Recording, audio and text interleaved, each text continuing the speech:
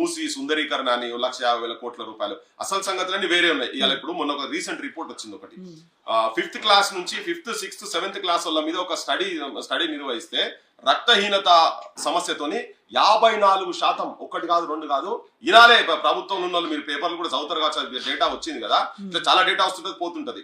54% విద్యార్థుల లోపల రక్తహీనత ఉన్నదని చెప్పని రిపోర్ట్లు పెట్టినాయి. 3,96,000 పైచీలకు ఉన్న దాంట్లో 2,06,000 మంది కంటే దాదాపు అరౌండ్ 54% ఉన్న వాళ్ళకు రక్తహీనత అంటే జ్ఞాపక శక్తి ఉండదు. దాంతో వచ్చే ప్రాబ్లం ఏంటంటే ఐరన్ కంటెంట్స్ ఇవన్నీ తక్కువ ఉన్న తర్వాత జ్ఞాపక శక్తి ఉండదు, కాన్సన్ట్రేషన్ ఏకాగ్రత కూర్చొని ఇట్లా పాఠం వినే సిచ్యువేషన్ కూడా ఉండదు. అవన్నీ వాళ్ళకు ప్రాపర్ ఉంటేనే ఇవన్నీ పాఠాలు వింటారు. నువ్వు గా ఏజ్ లోనే పిల్లలు కనీసం పౌష్టికాహారం కూడా పెట్టలేనటువంటి ప్రభుత్వాలు నడుపుతున్నారు. నేను గత ప్రభుత్వం మీద కూడా మాట్లాడినా, ఇప్పుడు కూడా అది సేమ్ అదే మాట్లాడుతున్నారు. కొంతమంది సందర్శిస్తున్నారు, పొన్నం ప్రభాకర్ లాంటి వాళ్ళు గురుకుల పాఠశాలలు తిరుగుతున్నారు.